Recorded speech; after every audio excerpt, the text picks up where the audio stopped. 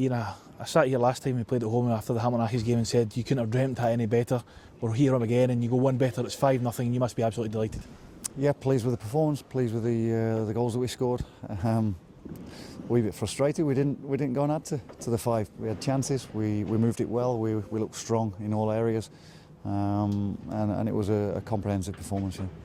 You were 2-0 up after 20-25 minutes, as you were saying, but the team hadn't quite clicked into it. I remarked to somebody I was sitting next to that we actually played a lot much better on Saturday actually, and went as far ahead.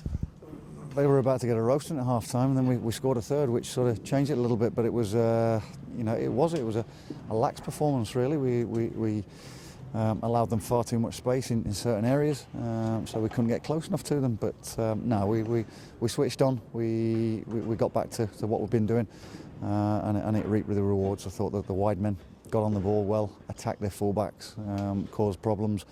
And when they're in that sort of mood, they're difficult to contain. You must have been delighted with the clinicalness of your team though, because they scored the goals that matter at important times. Yeah, they were, and all 3 strikers getting on the score sheet is a pleasing thing for me to see.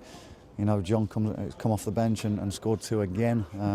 It's just for me to have them problems, if you like, to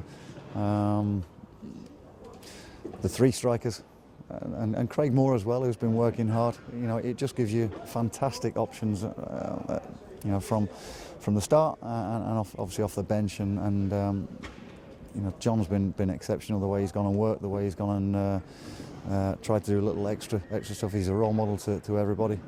Scotty obviously talking to Lee Owen, and they're clicking as a pair as well. And Lee, suddenly that goal on Saturday has given him another boost, and the way he took his goals were superb, so really pleased with all 3 of them.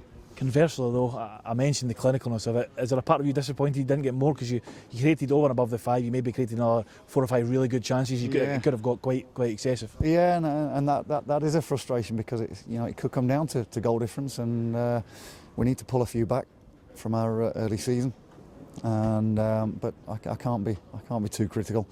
The goals we did go and put away, there were some really well worked ones, and we hit the back of the net with a real clinical touch. So no, made sure that we got the clean sheet again. 1 or 2 hairy moments, but you're going to get that, and the team was starting to play with that bit more confidence, weren't they? Before this little run kicked on, you conceded 19 goals in 6 games.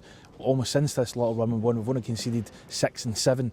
You must be delighted with your defensive duty, because it's become much more solidified back there. Well, it becomes easier when you can pick the same back 4 that can get to know each other's strengths and weaknesses. I've said it before that if you're chopping and changing all the time, it becomes very, very difficult. You don't know each other's game.